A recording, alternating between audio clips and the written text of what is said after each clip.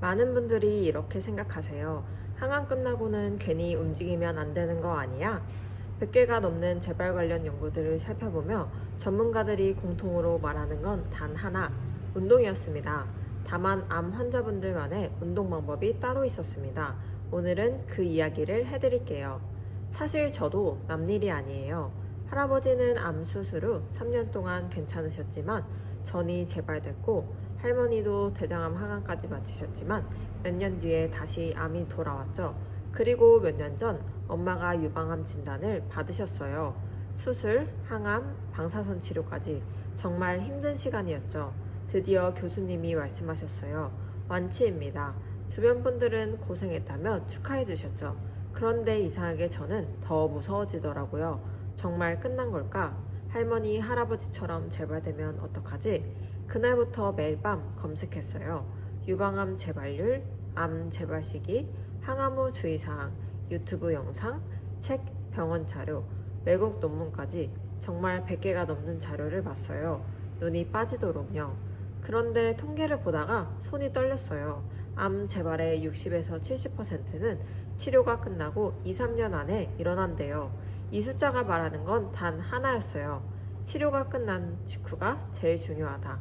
이걸 쉽게 설명해 볼게요. 암 수술은 커다란 잡초를 뽑는 것과도 같아요. 눈에 보이는 건 다 뽑았어요. 그런데 땅속에 아주 작은 씨앗이 남아있을 수 있어요. 너무 작아서 눈에 안 보이는 거예요. 검사에서 깨끗하다는 건 씨앗이 없다가 아니라 아직 눈에 안 보인다 일 수 있어요. 그래서 치료가 끝나면 안심할 때가 아니에요. 씨앗이 자라지 못하게 관리할 때죠. 담당 교수님께서는 이렇게 말씀하셨어요. 항암이 끝났다는 건 끝이 아니라 다시 시작이에요. 몸을 다시 세우는 시간이에요. 100개가 넘는 재활 관련 자료를 보고 나니 확실히 패턴이 보이기 시작했어요. 암 종류가 달라도, 나라가 달라도, 연구자가 달라도 계속 반복되는 공통점이 있었습니다. 첫 번째, 병원 검사와 약물 치료는 반드시 지킨다.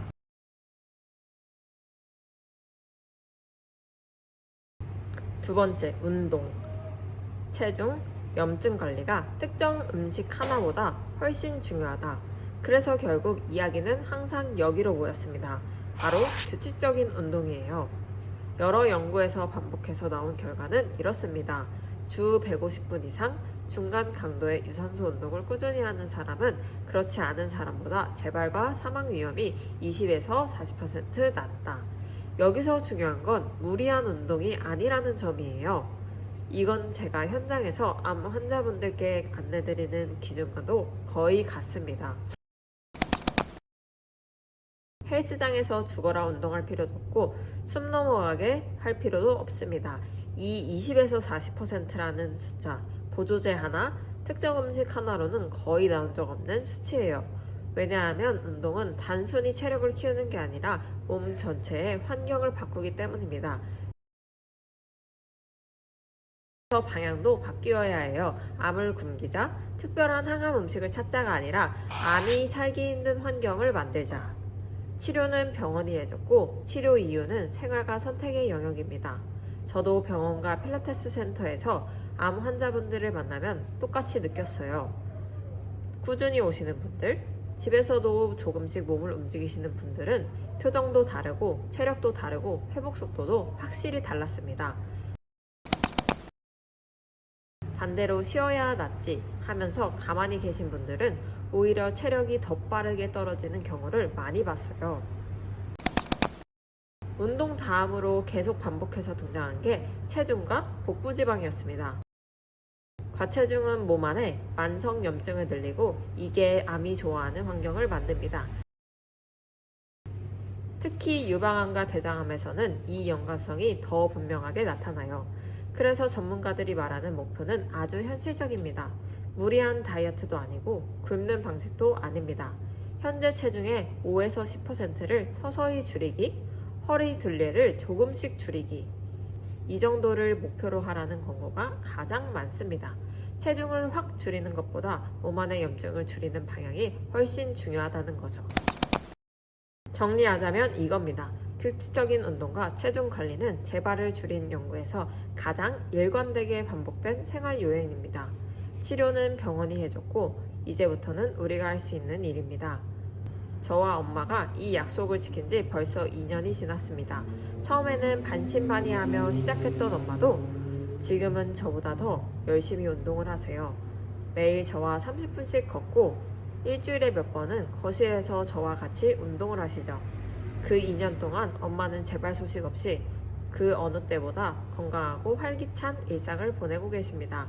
엄마가 웃으며 활기차게 하루를 시작하는 모습을 볼 때마다 저는 확신해요. 우리가 일상에서 할 수 있는 이 작은 노력이 결국 가장 큰 치료제구나 하고요.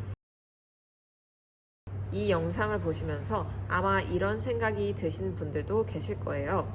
운동이 중요한 건 알겠는데, 그래서 뭘? 어떻게 해야 하지? 그게 제일 어려운 지점입니다. 저는 이야기만 하고 끝내고 싶지 않았어요. 암 환자분들의 몸 상태에 맞춘 운동 영상을 지금 준비하고 있습니다. 항암 후 체력이 많이 떨어지신 분들, 어디서부터 시작해야 할지 막막하신 분들, 혼자 하려니 겁나는 분들을 위해서요. 제가 현장에서 환자분들께 안내하듯 따라하기만 하면 되게 구성했습니다. 힘들면 쉬어도 되고 속도도 늦춰도 됩니다.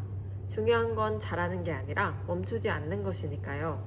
구독해주시면 영상이 올라왔을 때 저와 같이 시작할 수 있어요. 혼자 하는 운동이 아니라 화면 앞에서 같이 움직이는 시간이었으면 좋겠습니다. 저랑 같이 천천히 꾸준하게. 그럼 다음 영상에서 만나요. 영상 끝까지 시청해주셔서 감사합니다.